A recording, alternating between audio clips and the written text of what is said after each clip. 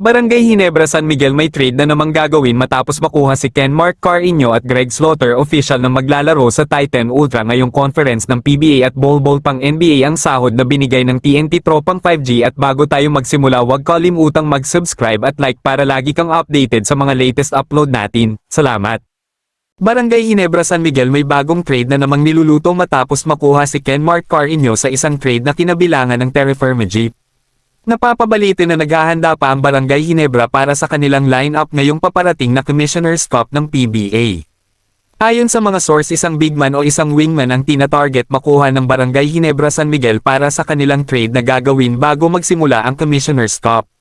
Napapabalita na tina-target ng Barangay Ginebra sa wingman position ang former TNT player na si Bobby Ray Parks para magkaroon sila ng isang solid na scorer sa wingman at para naman sa big man position tina-target ng Barangay Ginebra San Miguel ang rising star ng Phoenix LPG Fuel Masters na si Kai Balungay. Inaasahan din na hindi basta-basta makukuha ng Barangay Ginebra ang dalawang players na ito dahil mataas ang value na hihingi na kapalit nito kaya masasabi natin kung makuha man ng Barangay Ginebra ang isa sa dalawang players na nabanggit isa sa mga starters ng Ginebra ang magiging posibleng kapalit nito. Kung kayo ang tatanungin mga ka-Lloyd Sports Zone sa tingin nyo sino sa mga players ng Barangay Ginebra ang magiging kapalit ng kahit sa dalawang players na nabanggit?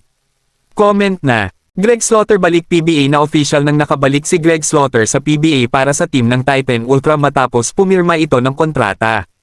Matagal-tagal din nawala si Greg Slaughter sa PBA dahil naglaro ito sa overseas. Masasabi nating magandang balita ito sa kampo ni Greg Slaughter at kampo ng Titan Ultra dahil makakatulong sila sa dalawang kampo.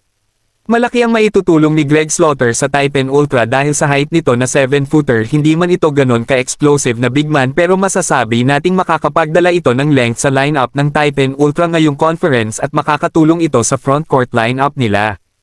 Sa kabilang balita Bol Bol pang NBA ang contract na binigay ng TNT Tropang 5G matapos maglaro sa NBA ng 6 na seasons ngayon ay pumirma si Bol Bol ng kontrata na nagkakahalaga ng 7 million para ngayong conference. Madadala ni Bol Bol para sa TNT Tropang 5G ang experience nito sa NBA na makakatulong talaga sa TNT Tropang 5G upang magkaroon ng malaking pag-asa na makakuha ng championship ngayong conference. Inaasahan na madadala ni Bol Bol ang TNT Tropang 5G sa finals ngayong conference dahil sa kalidad nito, kaya masasabi nating ang 7 million contract na binigay kay Bol Bol ay sulit talaga para sa kanila. Kung kayo ang tatanungin mga ka-Lloyd Sports Zone worth it ba ang contract na binigay ng TNT Tropang 5G kay Bol Bol? Comment na.